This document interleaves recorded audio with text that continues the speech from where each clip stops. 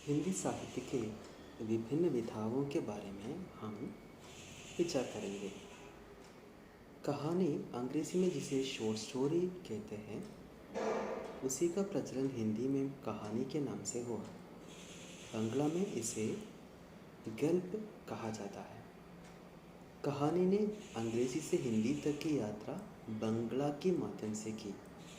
कहानी गद्य साहित्य का एक अन्यतम भेद तथा उपन्यास से भी अधिक लोकप्रिय साहित्य का रूप है।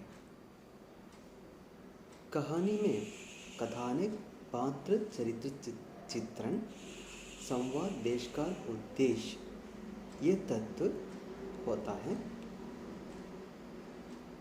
एलिन पोके के अनुसार कहानी की परिभाषा इस प्रकार है। कहानी वो छोटी आख्यानात्मक रचना है जिसे एक बैठक में पढ़ा जा सके, जो पाठक पर एक समन्वित प्रभाव उत्पन्न करने के लिए लिखी गई हो, जिसमें उस प्रभाव को उत्पन्न करने में सहायक तत्वों के अतिरिक्त और कुछ न हो और जो अपने आप में पूर्ण हो। हिंदी कहानी को सर्वश्रेष्ठ रूप देने वाले प्रेमचंद ने कहानी की परिभाषा इस प्रकार की है। कहानी वो ध्रुपद की तान है जिसमें गायक महफिल शुरू होते ही अपनी संपूर्ण प्रतिभा दिखा देता है। एक क्षण में चित्त को इतने माधुर्य से परिपूर्ण कर देता है जितना रात भर गाना सुनने से भी नहीं हो सकता।